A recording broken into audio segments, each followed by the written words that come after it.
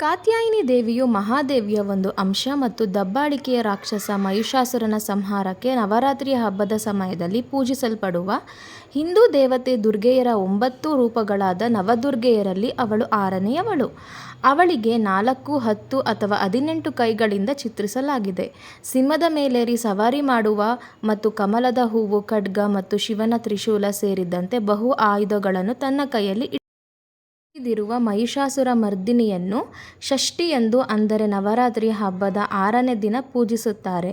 Hi ಎಲ್ರಿಗೂ ನಮಸ್ಕಾರ, welcome back to my channel. ಇದು ನನ್ನ ನವರಾತ್ರಿ ಹಬ್ಬದ 6ನೇ ದಿನದ ವ್ಲಾಗ್ ಆಗಿರುತ್ತೆ. ಸೊ ಆ್ಯಸ್ ಯೂಶುವಲ್ ನಾನು ಬೇಗನೆ ಎದ್ದು ಪೂಜೆ ಎಲ್ಲ ರೆಡಿ ಮಾಡಿಕೊಂಡು ಇಲ್ಲಿ ಪೂಜೆ ಎಲ್ಲ ಬೇಗ ಮುಗಿಸ್ದೆ. ಇವತ್ತು ನಾನು ನೈವೇದ್ಯಕ್ಕೆ ಖಾರ ಅವಲಕ್ಕಿ ಮಾಡಿಕೊಂಡು ದೇವರಿಗೆ ನೈವೇದ್ಯ ಇಟ್ಟಿದ್ದೆ. ಪೂಜೆ ಎಲ್ಲ ಚೆನ್ನಾಗಾಯಿತು. ಮತ್ತು ಪೂಜೆ ಎಲ್ಲ ಮುಗಿಸ್ಕೊಂಡು ನಾನು ಬ್ರೇಕ್ಫಾಸ್ಟ್ ಎಲ್ಲ ಮಾಡಿ ಅಡುಗೆ ಕೆಲಸ, ಮನೆ ಕೆಲಸ ಏನಿರುತ್ತೆ ಅದೆಲ್ಲ ಮುಗಿಸ್ಕೊಂಡು ಆಮೇಲಿಂದ ಸ್ವಲ್ಪ ಊಟ ಮಾಡಿ ಮಧ್ಯಾಹ್ನ ರೆಸ್ಟ್ ಮಾಡಿದೆ. ಅಗೇನ್ ನಾನು 4 o'clock ಎಲ್ಲ ಎದ್ದು ಇಲ್ಲಿ ಪ್ರಸಾದ ಮಾಡ್ತಾಯಿದ್ದೆ. ಬಿಸಿಬೇಳೆಭಾತ್ ಮಾಡೋಣ ಅಂತ ಮಾಡ್ತಾಯಿದ್ದೆ. ಆವತ್ತು ದೇವಸ್ಥಾನದಲ್ಲಿ ದೇವ್ರಿಗೆ ನಾವು ತರಕಾರಿ ಅಲಂಕಾರನ ಮಾಡಿದ್ವಲ್ಲ, ಅವರು ಸ್ವಲ್ಪ ತರಕಾರಿಗಳೆಲ್ಲ ಕೊಟ್ಟಿದ್ದರು. ಅದರಲ್ಲೇ ಪ್ರಸಾದ ಮಾಡಿ ಅಂತ ಅಂದ್ಬಿಟ್ಟು ಬಿಸಿಬೇಳೆಭಾತ್ ಮಾಡಿ ಅಂತ ಹೇಳಿದರು. ಹಂಗಾಗಿ ಇಲ್ಲಿ ನಾನು ಬಿಸಿಬೇಳೆಭಾತ್ ಮಾಡ್ತಾಯಿದ್ದೆ. ಅವರು ಕ್ಯಾಪ್ಸಿಕಮ್, ಕ್ಯಾರೆಟ್ ಮತ್ತು ಇದು ಹುಳ್ಳಿಕಾಯಿ, ಬೀನ್ಸು ಅದೆಲ್ಲ ಕೊಟ್ಟಿದ್ದರು. ನಾನು ಮನೆಯಲ್ಲಿ ಬೇರೆ ವೆಜಿಟೇಬಲ್ಸ್ ಎಲ್ಲ ಹಾಕಿ ಮಾಡೋಣ ಅಂತ ಮಾಡ್ತಾಯಿದ್ದೆ. ಸ್ವಲ್ಪ ಜಾಸ್ತಿ ಕ್ವಾಂಟಿಟಿಯಲ್ಲಿ ಮಾಡ್ತೀನಲ್ಲ, ಸೊ ಹಾಗಾಗಿ ಹೇಗೆ ಬರುತ್ತೋ ಏನೋ ಅಂತ ಅಂದ್ಕೊಂಡಿದ್ದೆ ಟೇಸ್ಟ್ ವೈಸು. ಬಿಕಾಸ್ ನೈವೇದ್ಯ ಆಗೋವರೆಗೂ ನಾವು ಹೇಗೆ ಇದೆ ಅಂತ ಅಂದ್ಬಿಟ್ಟು ನೋಡೋಂಗೂ ಇಲ್ಲ ಅಲ್ವಾ. ಹಂಗಾಗಿ ಸ್ವಲ್ಪ ಇದಾಗ್ತಿತ್ತು. ಬಟ್ ತುಂಬ ಚೆನ್ನಾಗಿ ಬಂದಿತ್ತು ಪ್ರಸಾದ. ಎಲ್ಲರೂ ತುಂಬ ಖುಷಿಯಾಗೆ ಇಷ್ಟಪಟ್ಟರು. ಸೊ ಪ್ರಸಾದ ಎಲ್ಲ ಚೆನ್ನಾಗೇ ಆಯಿತು.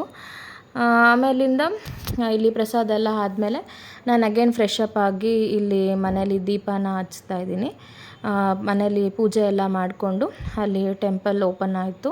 6:30 ಹಂಗೆ ಅಲ್ಲಿ ಪೂಜೆ ಎಲ್ಲ ನಡೆಯುತ್ತೆ. ಮನೇಲೇ ಎಲ್ಲ ನಾನು ಪ್ರಸಾದ ಮತ್ತು ನಿಂಬೆಹಣ್ಣಿನ ಆರತಿದು ಎಲ್ಲ ರೆಡಿ ಮಾಡಿಕೊಂಡು ದೇವಸ್ಥಾನಕ್ಕೆ ಹೋದೆ. ಇವತ್ತು ದೇವಸ್ಥಾನದಲ್ಲಿ ದೇವರಿಗೆ ಸರಸ್ವತಿ ತಾಯಿ ಅಲಂಕಾರ ಮಾಡಿದರು. ದೇವರಂತೂ ತುಂಬ ಅಂದರೆ ತುಂಬ ಚೆನ್ನಾಗಿ ಕಾಣಿಸ್ತಿತ್ತು. ನೋಡಿ ತೋರಿಸ್ತಾ ಇದ್ದೀನಿ ಇಲ್ಲಿ ಹೇಗೆ ಕಾಣಿಸ್ತಿದೆ ಅಂತ. ವೈಟ್ ಸ್ಯಾರಿ, ವೀಣೆ ಅದೆಲ್ಲ ಇಟ್ಟಿದ್ರು. ಹಂಗಾಗಿ ತುಂಬ ಅಂದರೆ ತುಂಬಾ ಚೆನ್ನಾಗಿ ಕಾಣಿಸ್ತಾ ಇತ್ತು. ಎಷ್ಟು ನೋಡಿದ್ರೂ ನೋಡ್ತಾನೆ ಇರಬೇಕು ಅಂತ ಅನಿಸ್ತು. ಒಂಥರ ಚೆನ್ನಾಗಿತ್ತು ದೇವರು. ಸೊ ಅಲ್ಲಿ ಹಾಗೆ ನಿಂಬೆಹಣ್ಣು ದೀಪನೂ ಹಚ್ಚಿದೆ. ಆರತಿ ಎಲ್ಲ ಮಾಡಿ ಪ್ರಸಾದ ಎಲ್ಲ ಎಲ್ರಿಗೂ ಕೊಟ್ಬಿಟ್ಟು ಆಮೇಲೆ ಅಲ್ಲೇ ಸ್ವಲ್ಪ ಹೊತ್ತಿದ್ದೆ.